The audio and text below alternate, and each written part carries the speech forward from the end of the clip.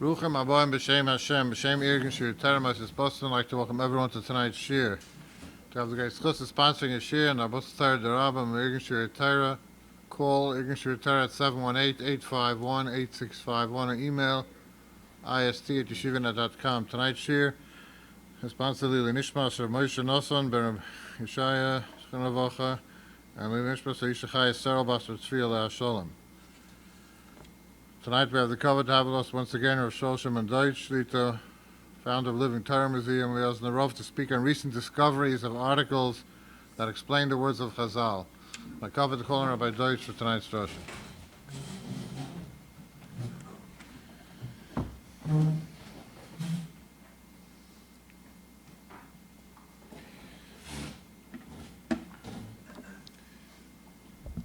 The more we understand the ancient world, the more it helps us to understand Chazal, and the more it helps us to understand halacha. There's a big question. How much can you rely on artifacts to determine a halacha today?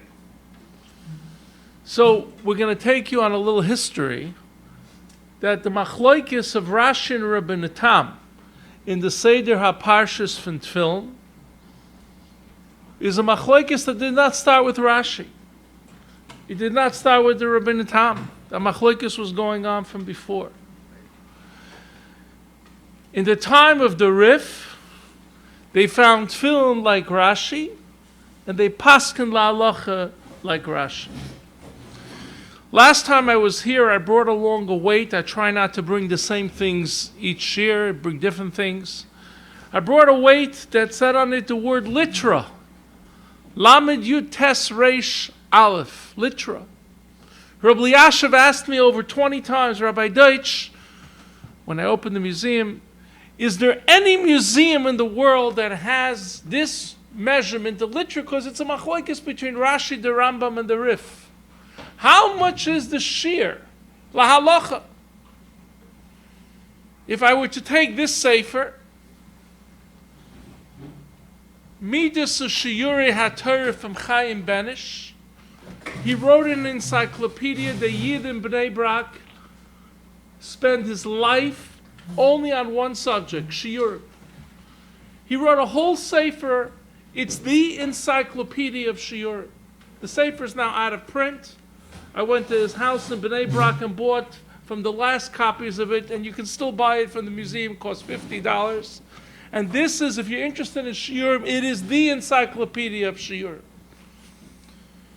Chaim Benish has an entire chapter on the machloikis of how much is a litra. The Rambam held that a litra was 148 grams. Rashi held it was 354 grams. The Rif held that it was 425. That's a big difference between 148 and 425. Whole sefer Chelke HaLitra. And it's Negei Halacha. A person wants to make an eruv using vegetables, yirakos. The Mishnah Eruvin says he has to use a litra shel yirakos. A person is mevaza Talmud Chacham. They used to give him a kanas of a litra of gold. A ben Sayer Amar who steals from his parents. And he buys a tartimur shel basar. The Yerushalmi says a tartimur is a half a litra. So Rashi, the Rif, and the Rambam are arguing how much is the share of a litra. Rabbi Yasha said to me, could you check the British Museum? Maybe there's a litra. They had a broken one. Could you check the Louvre in Paris? Maybe they have a litra. Broken one. Getty Museum in Malibu, California, that specializes in Greek and Roman history. They didn't have a complete one either. We couldn't determine, based on the pieces that were discovered, how much is the exact share of a litra. And one day, at 6 o'clock in the morning, I get a phone call. Rabbi, this morning we found your dream. We found the weight. And I brought it here last time I was here. That says on it in Greek, the word litra. This weight was made out of lead. And just in case you don't remember 10th grade chemistry, gold, silver, and lead do not change in water over time. That's what you learned in 10th grade chemistry. This weight is made of lead. In Greek, the word litra is spelled as follows. An L in Greek is an upside down V. Iota, looks like an I in America. T, tau, looks like a T in America. R in Greek is a P, like in Russian, a P is an R. A, so it says on it upside down VITPA. We put it on a scale and it's exactly Rashi's share of 354 grams. I was so excited I called Rabbi Yashiv on his private number. And he wasn't picking up, and for him this was an unusual event. Because Rabbi Yashiv was like clockwork. You knew where he was based on the time of the day. His schedule was rigid.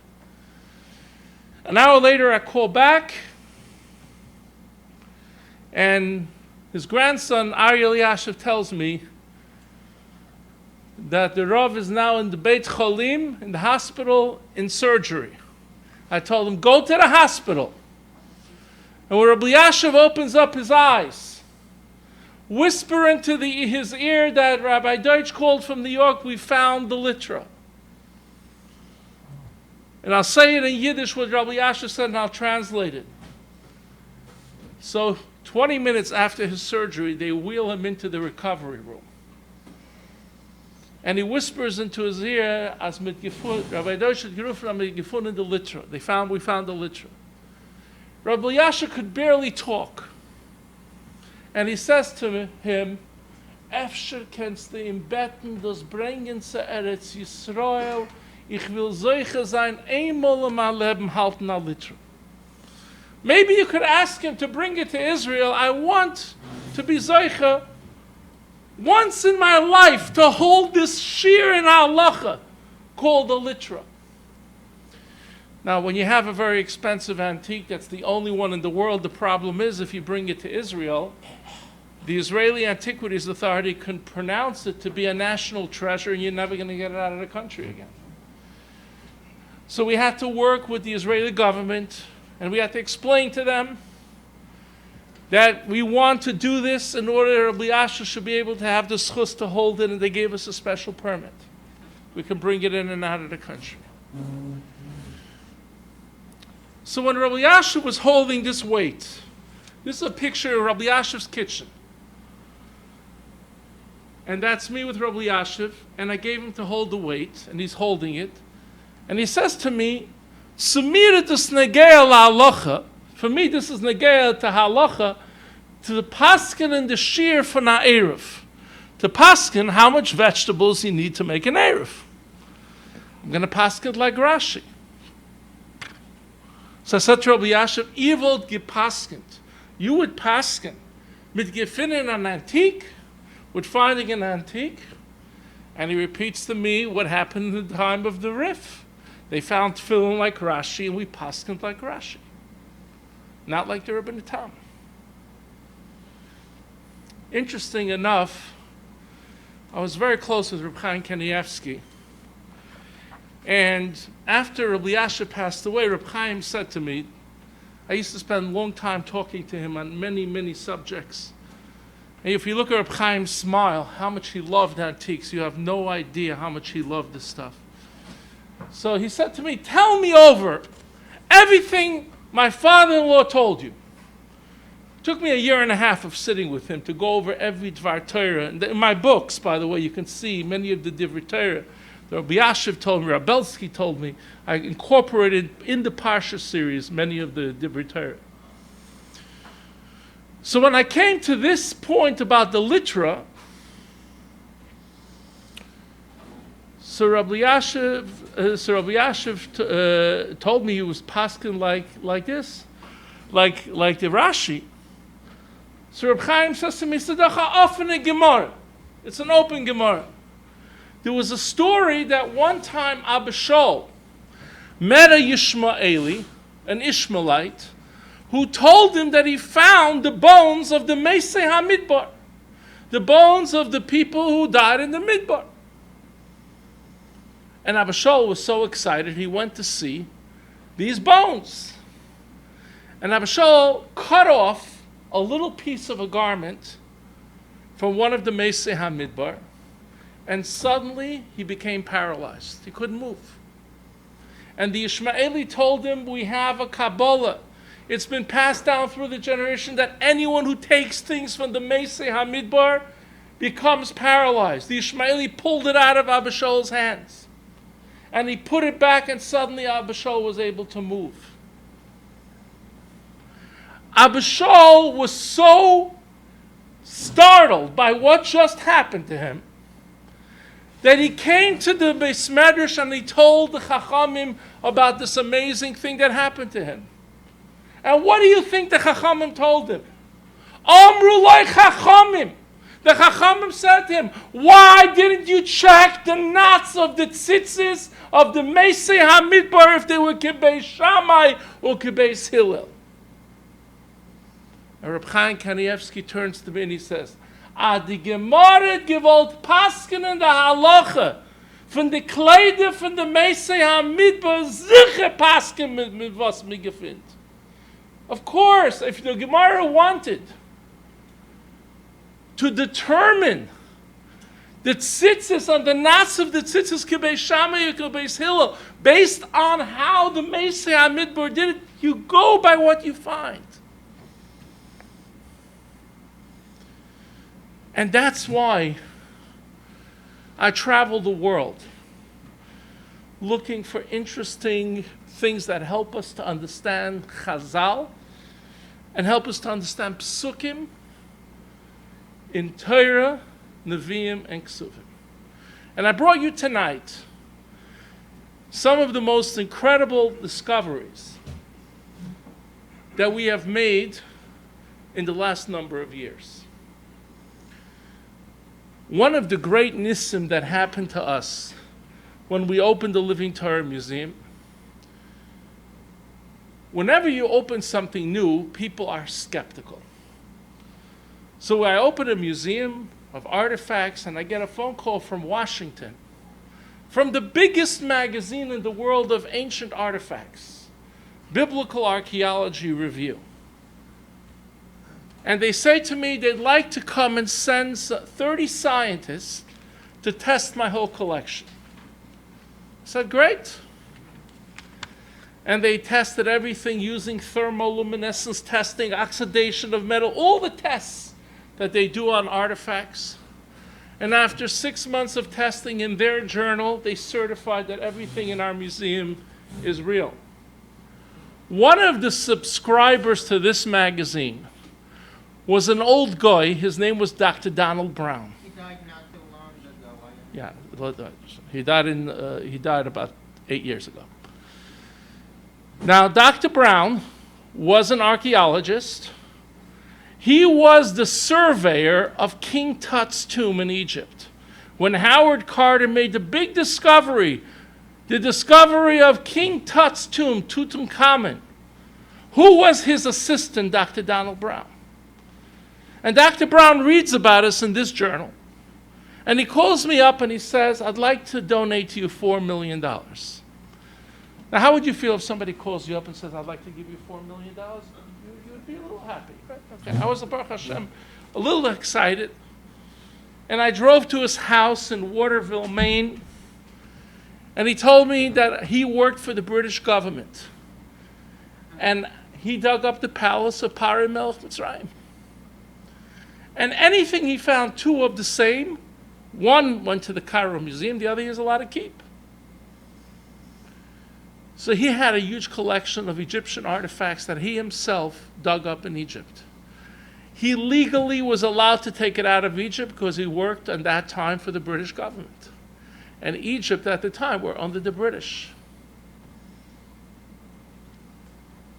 What's the mila of Mitzrayim over any other place in the world is that there's no rain in Egypt. Things that are biodegradable, like food, like wood, will not survive in any other culture except Egypt because it's a dry climate. Dr. Brown found food from the Mitzrayim. And he found kernels of wheat. We send it to a laboratory in Washington to test it. And these kernels are from the time of Shibud Mitzrayim, the end of Shibud Mitzrayim. Why are these kernels so important? Because I called the owner of the Pupa Matzah Bakery. I called the owner of another matzah bakery. And I showed him the kernels. And they are the exact same size as the kernels of wheat of today.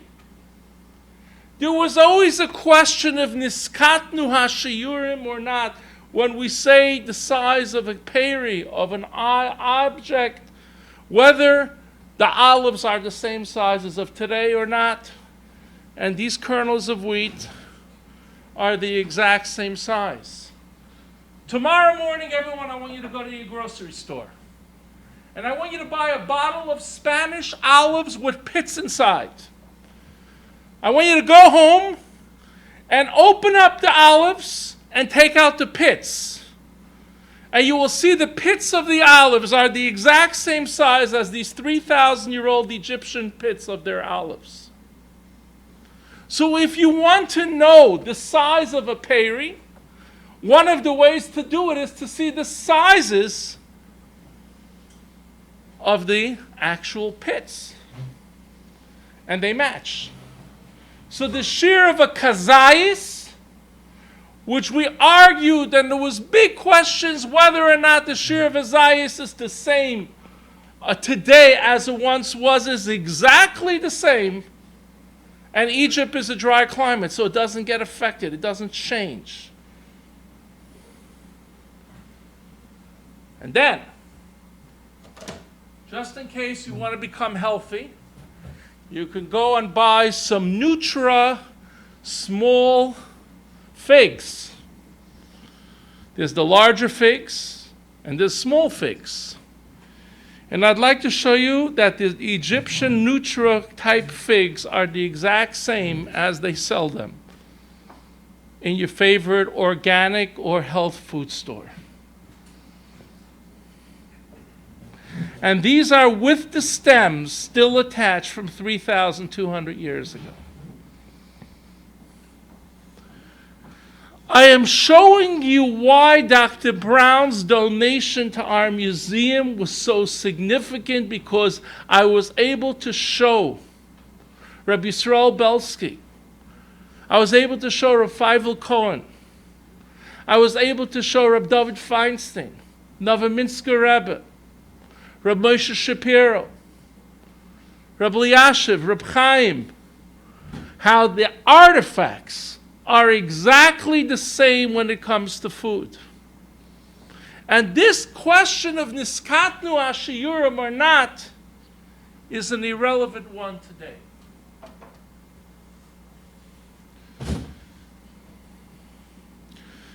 Years ago, came out, I worked on this, a special tape measure to help people learn.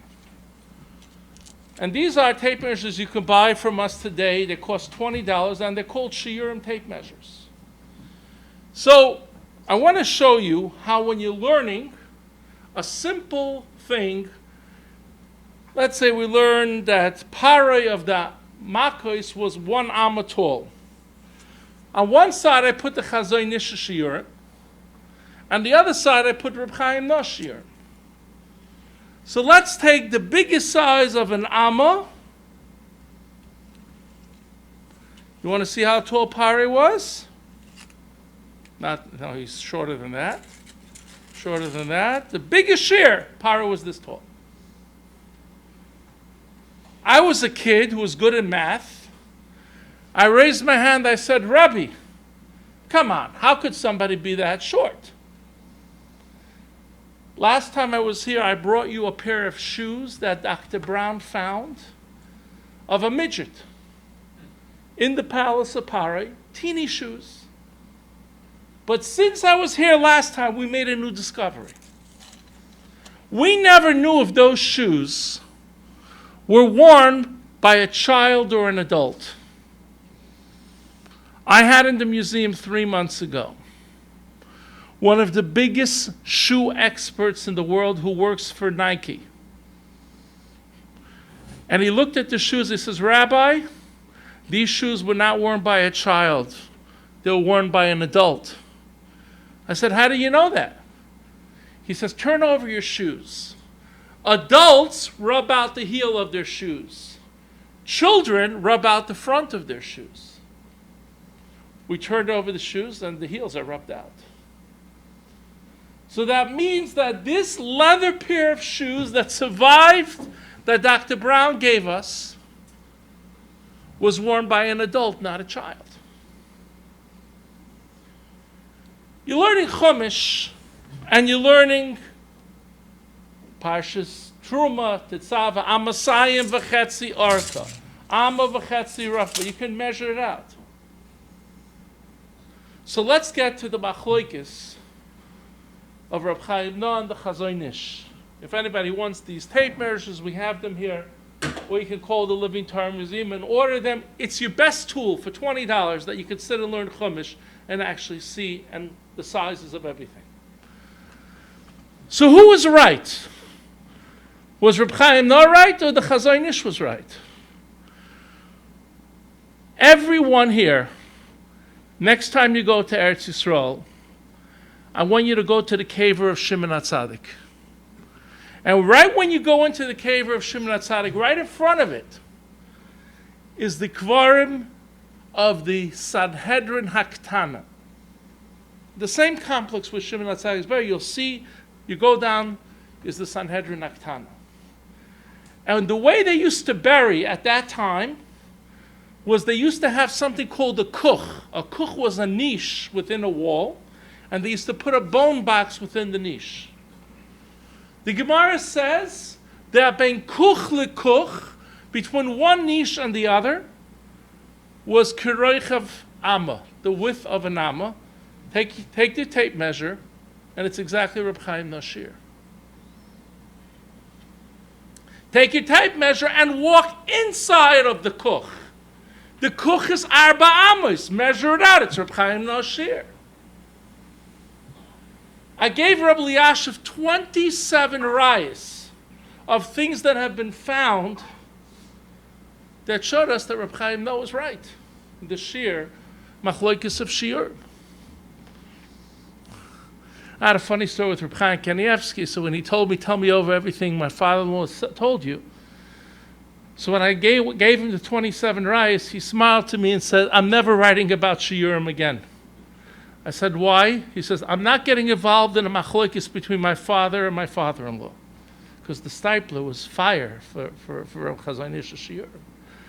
Reb Chaim was so careful not to be pogeya on the covet, not of his father and not of his shver, for the rest of his life. After my conversation with him, he never wrote about shiurim again. He wouldn't write about it. So sometimes we're able to determine halachos based on discoveries. 100 years ago, 150 years ago, nobody could read Egyptian hieroglyphics. And then the Rosetta Stone in Egypt, the Rosetta Stone was found that the same inscription on the Rosetta Stone is written in 3 languages. In my book on Shemois, I show you. It's today in the British Museum.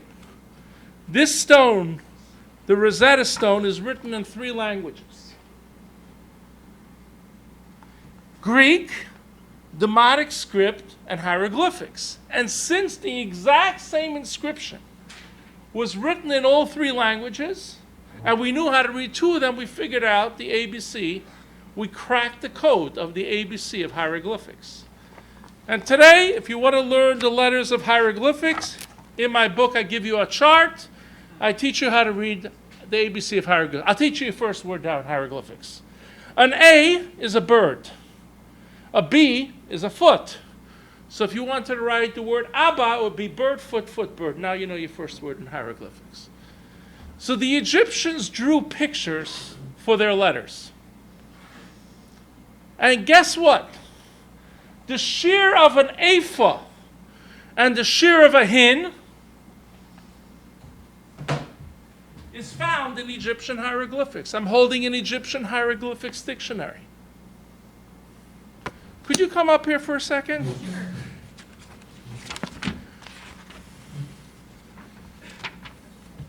Could you please read out loud for everybody, from this hieroglyphics dictionary, what does it say here? Ephah, Ephah. What does it say here? hin, Hin. And we have vessels that were found that are marked hin and ephah. And if you ever visit Atlanta, Georgia, the Michael C. Carlos Museum of Atlanta, Georgia has a set of measuring cups. A half a hin, a quarter of a hin, or what we call revius hahin, shlishis hahin, chatzi hin, hin, and they are all Reb Chaim no shiurim. Ephah was a dry measure. Hin was a liquid measure. This bacher just read from a hieroglyphics dictionary. The name is exactly the same. Dibra Torah Kiloshim B'nei Adam. The Yid came out of Mitzrayim. These were the measurements that for 210 years they had in Mitzrayim. What was the problem? The problem was 100 years ago, we didn't have all the inscriptions from the Egyptians translated. Today, I teach kids hieroglyphics. I had a teacher who called me up, and she actually took away a letter that one girl was writing to the other in the middle of class, and they were writing to each other in hieroglyphics. If you want a secret language that only you and a couple of people are going to learn hieroglyphics. Nobody's going to be reading your letters and mail. That's why I love ancient languages. There was a very big Hasidic Rav. His name was Rav Fishel Hershkovitz. I've heard of him. He was Right. Kloisenberger Dyer. Right, Kloisenberger died. He was the oldest Poisik in the Hasidic world. When I used to write him letters, I used to write him in Ksav Ivri, in ancient Hebrew letters. This is what the Gemara calls Ksav Ivri. It's called Paleo Hebrew. And he used to answer me in Ksav Ivri. You have a shirt that's So this over here is the chart. It's being recorded. So this over here is a chart of the letters of Ksav Ivri. So one time I asked him, this Yid was a Gon Oilam, a Poisik Hadar. So I asked him, Rav Fishel, from wie hat sich ausgelernt? How did you learn Ksav Ivri? And he smiles to me and he says, in my town, there was a library. And to go to the library was as bad as anything you could possibly do in the town. But I heard from someone that they had a book that had a picture of all the letters of Ksav Ivri. So Friday afternoon, when everyone was preparing for Shabbos, I took a paper and a pen and I ran into the library and I copied over the thing and I learned how to use the letters of Ksav Ivri. So languages are fascinating because there's a lot of things that we learn. So we've seen so far how a litra determined the halacha, according to Rabbi Yashiv, of how much vegetables you would need in order. Are you holding your hand up to ask a question? Okay. How much vegetables you would need in order to make an eruv by Yerakos? So I was very close to Rabbi Yashiv, so I said to him, I figured out that if we go with Rashi Shita that a litra is 354 grams, a person's mevaza Talmud Chacham, that week the price of gold was $1,850 an ounce. So I figured out that a person's mevaza Talmud Chacham, you have to give him a knas of $14,500.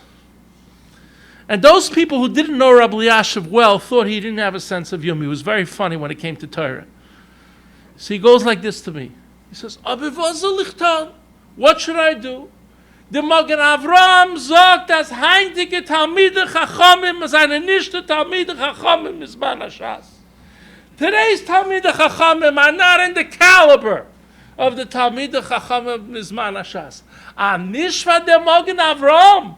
If not for this Magen Avraham, wollte ich zurückgebrachte Knas, I would bring back this fee of being Mevasa Talmud Chacham, and a Sach von the Pashkvil wollten weggefallen.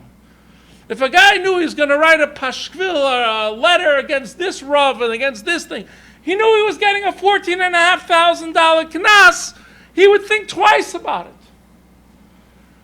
But the covet Rabbi Yashiv had for the Magen Avraham, the covet I saw by Rabbi Yashiv for Rashba, he would never do something that even was something that could interfere with something the Magen Avraham said. Then he says to me, "Aben Soider Amoira is lehayev leinivra." Soider Amoira, it says if he ate a tartim or shalbasa, which Yerushalmi says is a half a litra. That's not negaya. But to me, what's negaya lahalacha to paskin the shear of an eruv by Yerakas, litra shal Yerakas?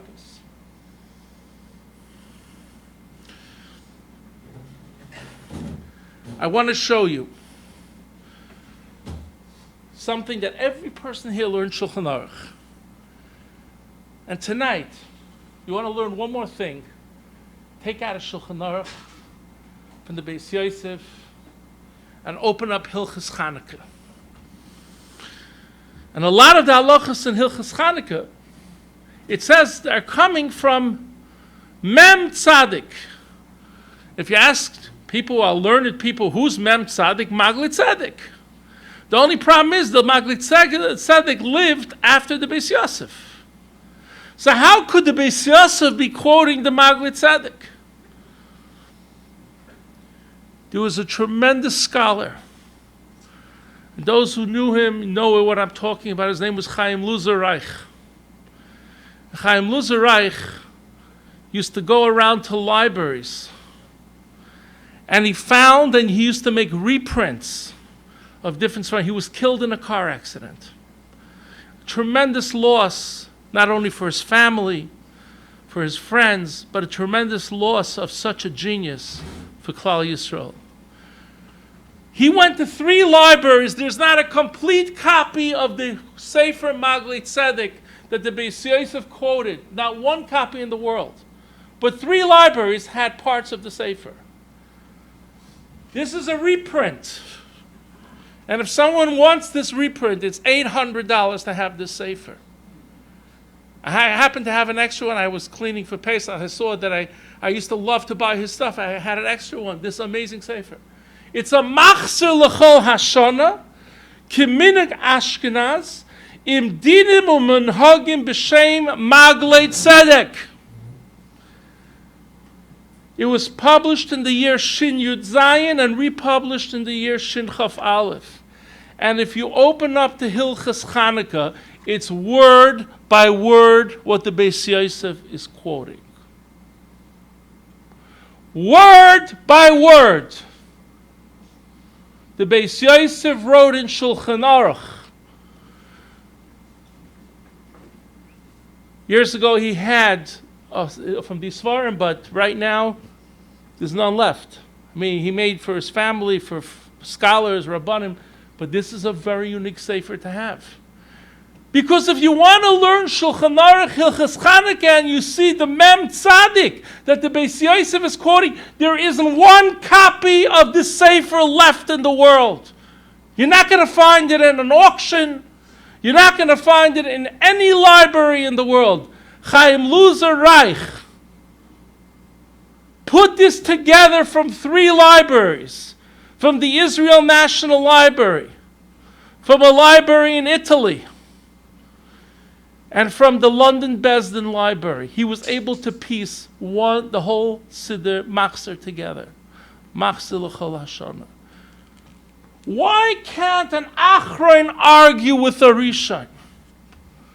Because we today don't have everything that they had. Open up the Chidah Sefer Magla Tzedek. And he says over there, he writes about different trips he took.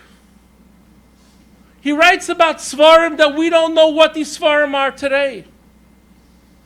Not 1, not 2, 60, 70 Svarim that do not exist anymore today. So what a Rishon saw, the Achron never saw. And that's why an Achron can't argue with a Rishon. There's a fascinating Gemara in Menachos about the Beis Hamikdash. The Gemara in Menachos says that Shlomo HaMelech made 10 menorahs. 10 menorahs she'asa Shlomo. This is a beautiful Rashash. The Rashash says 2 or 3 menorahs she'asa Shlomo were in Bayis Sheni. I spent years trying to find another person other than the Rashash to say such a thing. I couldn't find it.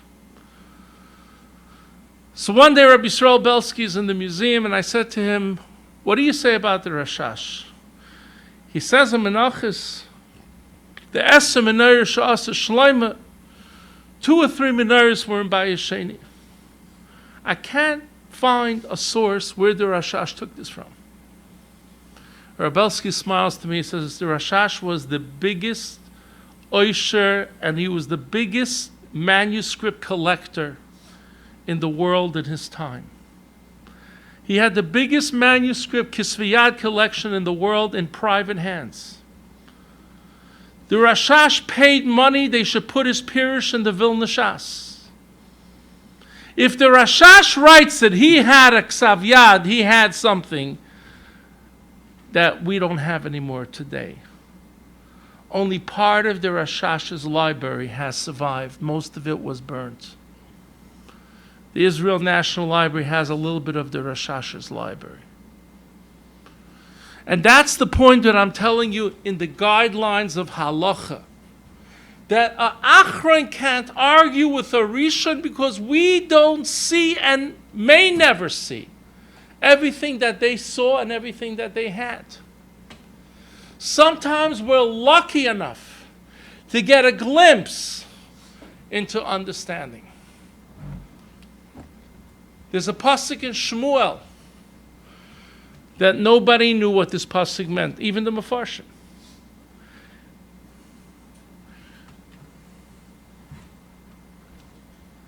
When the Plishtim conquered parts of Bnei Yisrael, they did not allow the Yidden to have any type of metal because they were afraid the Yidden are going to make it into weapons to fight against them. And the pasuk says in Shmuel Aleph, Perek Yud Gimel, pasuk Chaf Aleph, Vayerdu kol Yisrael ha-plishtim liltoish ish es marchashtoi. And the Plishtim the Yidden had to go to the Plishtim to sharpen their plows. V'hoisa haftzira pim. And they had to give a pim. What's this pim? Some Mefarshim say maybe it was some kind of tool that they used for sharpening. They weren't sure. In Eretz Yisrael, 24 little weight stones were found that in Ksav Ivri say on it the word Pim. And I brought you one of the only 24 known in the world.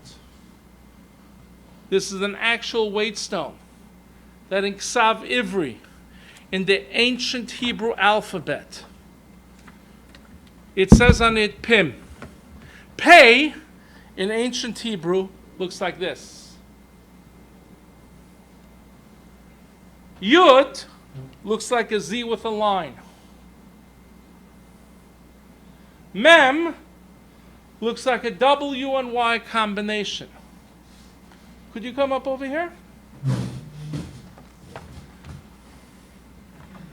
I want you to look at here. I'm going to show you the letters Pim. Ready? So where's the Pei? Here. Where's the Yud? Here. Where's the Mem? Here. Pei, Yud, Mem. See it? I want you to take this weight and go around the entire Bais Medrash and let everybody hold in their hand one of only 24 known in the world of Pim. We now know the pshat in this pasuk in Shmuel that just like you get a new driver's license, you have to pay a fee. The Yidden were required to pay a fee of a Pim, which is 2/3 of a shekel, in weight of silver as a fee for sharpening their tools. And this was unknown until these 24 weight stones were found. A pasuk the pasuk in Shmuel Aleph Perik Yud Gimel pasuk Chaf Aleph. This is in the introduction of my book on Bereshit. By the way, if you want these books, they cost $35. You could sit at home and learn parsha by parsha. And I teach you the mitzias of what you're learning about in that parsha. One of the big issues that has come up in recent years is which birds have a Messiah, which ones do not. So Rav Moshe Feinstein wrote a fascinating tshuva nigris Moshe. And Rav Moshe writes that just having a sefer that tells you the name of a bird is not called a Messiah. Messiah means it has to go down from person to person, not stam people, but it has to be Gedolei Yisrael from that location who can tell us that these birds are kosher. There's a sefer published in Italy 200 years ago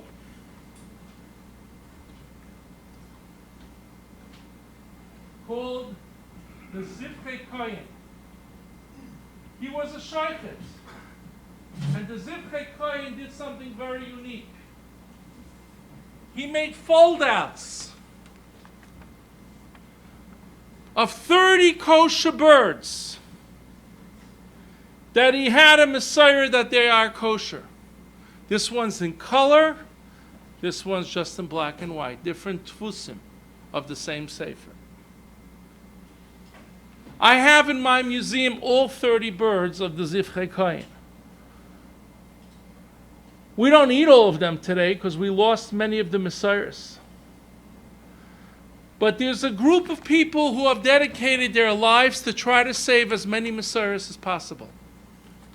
And they travel to remote places.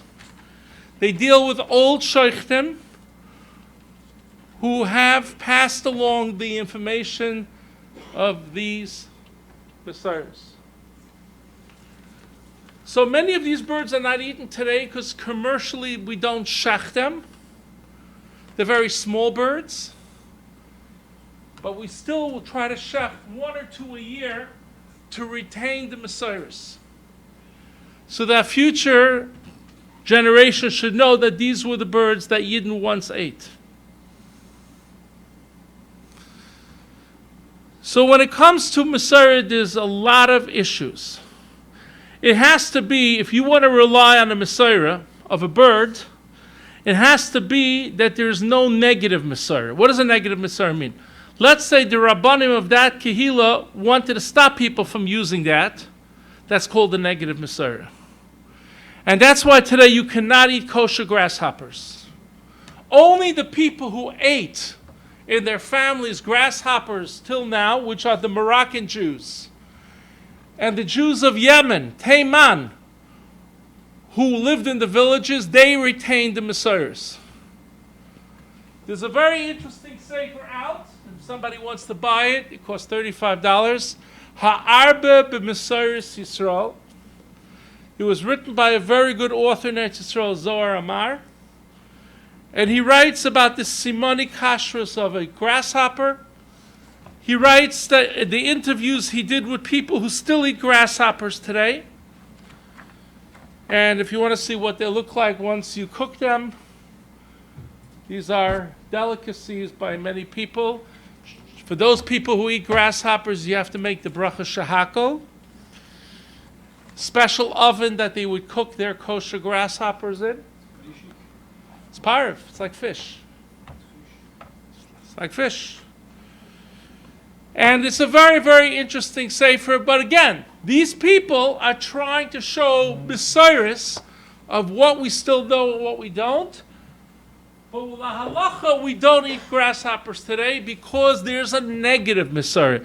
Even those who were eating it, some of their rabbanim didn't agree that they should continue eating it. So therefore, Reb Moshe held that if there's a negative misarah on something, you definitely can't rely on it. But I had a great story. Rabelski used to tell me all the time, he said, if you want to know what a tumul is, it's people who don't know what they're talking about who run to the newspapers. That's called the tumul. So there was a controversy that developed a number of years ago. It was called the Muscovy duck. Let me tell you what the controversy was all about. There's a kind of duck, in order to eat a bird today, you need a Messiah.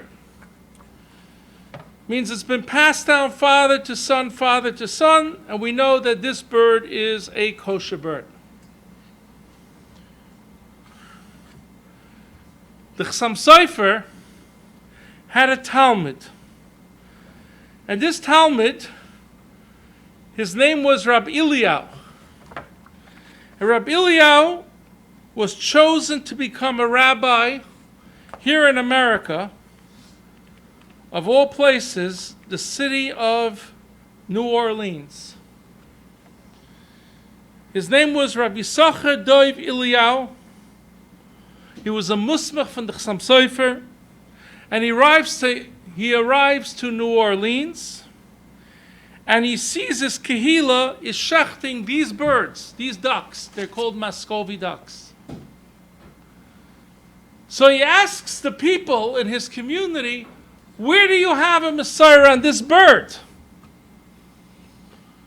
And they tell him the old Rav used to have a Messiah on it. The old Rav was a Machal Shabbos. Being a Talmud of the Chassam Sofer, hearing that an old Rav who was a Machal Shabbos had a Messiah, he right away answered. Now he had a couple of farmers in New Orleans in his community who were raising this duck. And they wanted to throw him out from being Rav in New Orleans. So they made a meeting, and they decided at the meeting, listen to this brilliant idea. They're going to write a letter to the two biggest rabbis of Europe. What does an American Jew know who's the biggest rabbi? Someone who's the chief rabbi. Who's the chief rabbi of Germany? Reb Shamshon Hirsch. Who's the chief rabbi of England? Reb Nosson Adler, not the Rebbe from the Chassam Sofer. We're talking about the nephew. Here's a picture of Reb Shamshon Hirsch. And I got this from the London Jewish Museum. This is Rabbi Nathan Adler. So these two people, the community and Rabbi Eliyahu, write a letter. Hey, Yais, Rashi writes in Chulin that today you should not eat any bird that doesn't have a Messiah. I came to the community in New Orleans, and they're eating this duck that I never heard of called the Muscovy duck. And this duck doesn't have a Messiah. Maybe in Germany, maybe in England, you know something about this duck. And the letter survived, by the way. We have the letter. Shamshon Hirsch writes back, I don't know anything about the Muscovy duck. Don't eat it. Reb Nathan Adler, Nosson Adler from London writes back, I don't know anything about the duck. Rabbi Eliyahu goes and he answers the duck. Put it on the table. And a war broke out in Europe. Because the Netziv wrote that we eat this duck in Russia. Reb Chaim Berlin said, we eat this duck. How could you answer a duck that we're eating? Reb Shmuel Salant says, we eat this duck. Reb Aaron Halevi Goldman from Argentina said, we eat this duck. That Tzvi Pesach Frank wrote that we have a Messiah on this duck. So after the big tumult calmed down, here's how it stayed. Those Kehilos that ate the duck continued to eat the duck. But the Kehilos that didn't have a Messiah didn't eat the duck. And then one day, a fascinating story happens.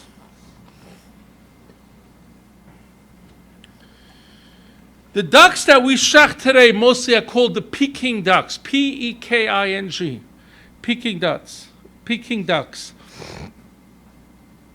A Peking duck, when it's a baby, and a Muscovy duck look almost exactly the same.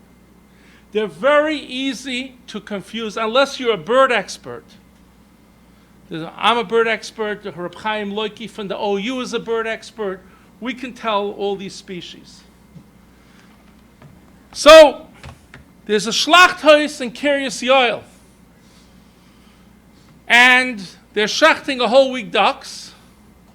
Monday morning, the bookkeeping department comes in, and they get in the mail all the invoices, and they take the packing slips of all the deliveries that came, and the girl who's matching the invoice to the packing slip notices that last week, instead of shachting in Kiryas Yoel's Schlachthaus,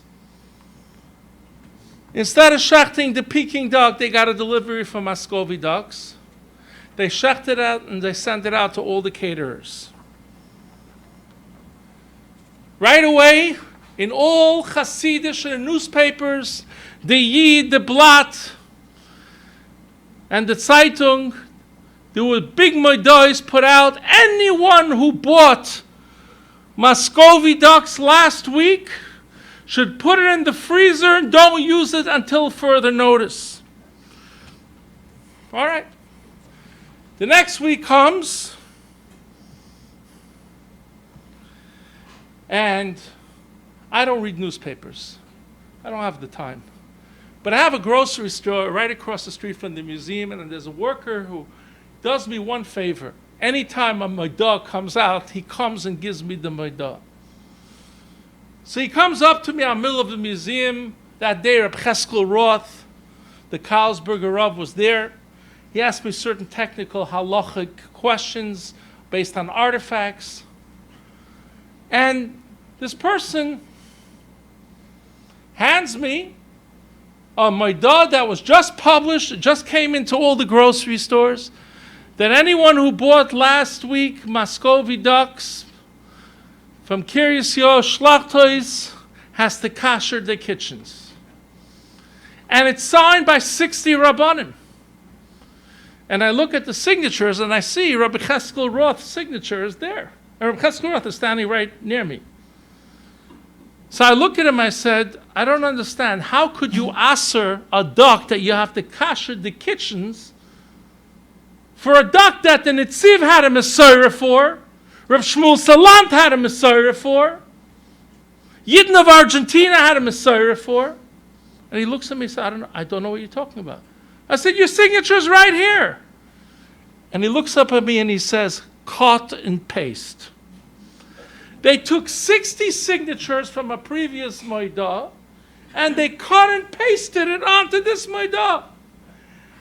My telephone, Chaim Loiki's telephone in the OU, who's the bird expert, are ringing off the hook. And I have 5 lines in my house and 2 lines on my cell phone.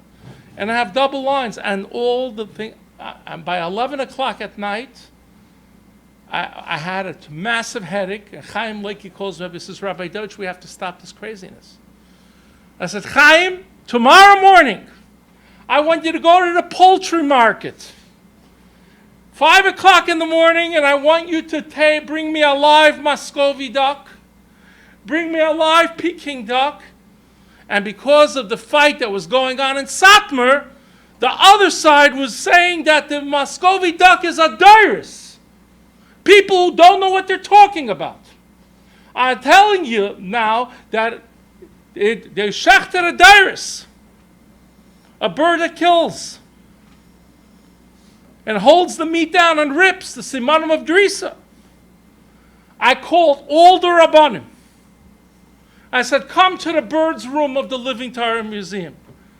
At 2 o'clock,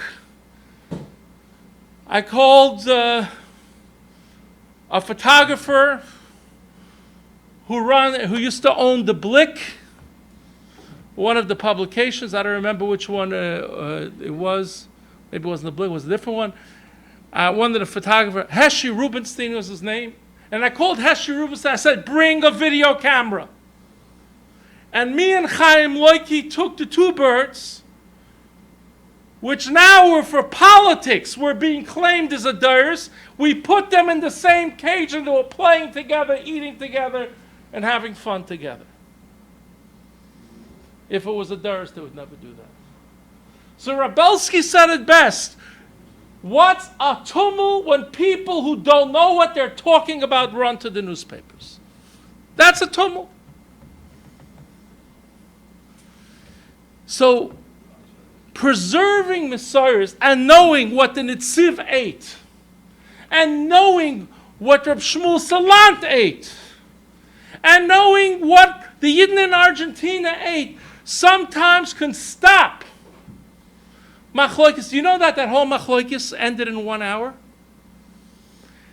As fast as it became like a fire band, when that video was published to everybody, of the Muscovy duck and the Peking duck sitting in the same cage together, in 1 hour, we took away a Machloikis from Klal Yisrael. And that's why the work that we try to do in the museum, the work that other individuals around the world are doing, is there not only to help you, but to educate you, but also that you shouldn't fall victim to sometimes controversies that never begin. So the entire story of birds is in my Vayikra book. Parshas Re'eh is coming up in a few weeks. And people learn Nesher, Peres, Aznia, and they think that a Nesher is an eagle, and Tosfos and Chulin, Daf Samach Gimel Amud Aleph, Divrei HaMaschil Hanet says, Toz Gedaila. It's a huge mistake, Mashikorin LeNesher Igla, that people keep repeating that a Nesher is an eagle. It's not an eagle, B'chlal. People keep walking around that a tzvi is a deer. Rashi says, Masha'onu korim tzvi, einoi tzvi shel Chazal.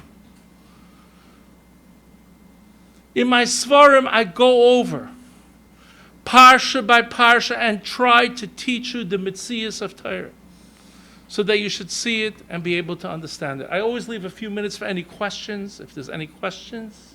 Yes?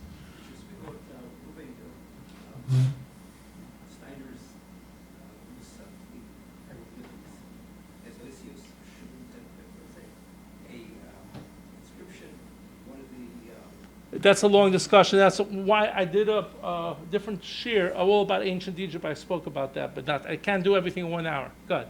How did you get that stone? How did I get what? The PIM? So it was given to me as a gift by the Israeli government. A lot of money. No, not that, but it's a very, very valuable. Yes. What? No, the regular known Maglitzeg lived after the Beis Yosef, but he lived before the Beis Yosef. Beis Yosef published his Shulchan Aruch in 1540. This is 100 years before. There were two Maglitzediks, like Trey Rav Kahana. So the famous Maglitzedik is lived after the Beis Yosef. But this was a machzer. And again, if somebody wants this very unique sefer, there's not a single copy of this in the world. Only what Chaim Luzerai put it together. It's a fascinating thing. It's $800 if you want to have this. It's a fascinating. But you can see where the Beis Yosef took his halachas from. Pashut. There's not a single copy in the world from this.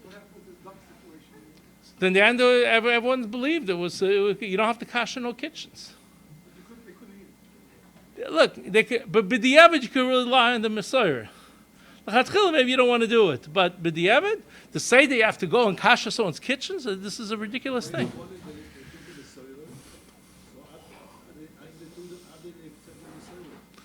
What? They accepted the Messiah. Sure, they accepted. So again, those people who ate it continued to eat it. But you can't say that a bird that Klal Yisrael is eating, you have to go kasher your kitchens. That's ridiculous. That's idiotic. And that's basically what was coming out. And the people who make the... by the way, after this story, the Rabbanim stopped just signing because this one signed. They would come together after to do Midas, and that's what's done today. They have to all be sitting there, and they actually... and there's pictures I'm taking of them doing the Midas. No more cut and paste businesses anymore. Because the Maskobi duck was an example of that. Yes? Okay, so I gave a whole shir of Turkey. I'll tell it to you very clearly. There was no Messiah on Turkey. There was no Messiah on Turkey. The problem with Turkey is that Rashi says don't eat any bird that doesn't have a Messiah. When Columbus came to the New World, he saw this bird that they had never seen an equivalent in Europe. And he took it back to Europe. And they checked, and that time, the Beis Yosef, the Rashi didn't paskin l'halacha, he just gave a suggestion. Because there was a story called Tarnegula da Agman, Tarnegulusa da Agman, that things got mixed up. So he says, don't eat any bird that does not Messiah. But Rashi never paskined it. Between Rashi and the Beis Yosef publishing the Shulchan Aruch in 1540, Columbus came to America.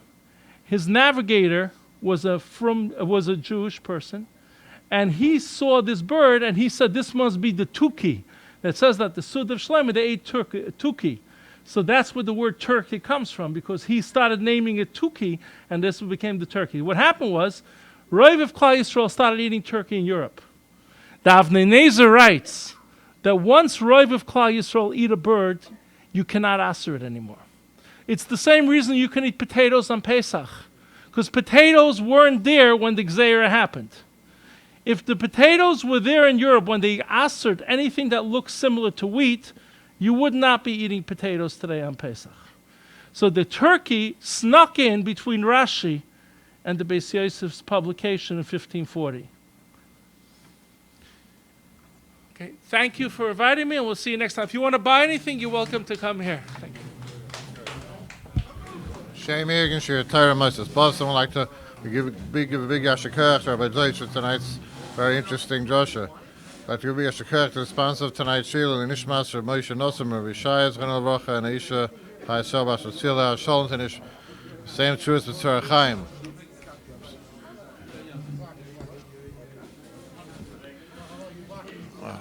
Okay. Have the great chus of sponsoring a share. Please call Egan Shir Torah 718-851-8651. Email ist@yeshivanet.com.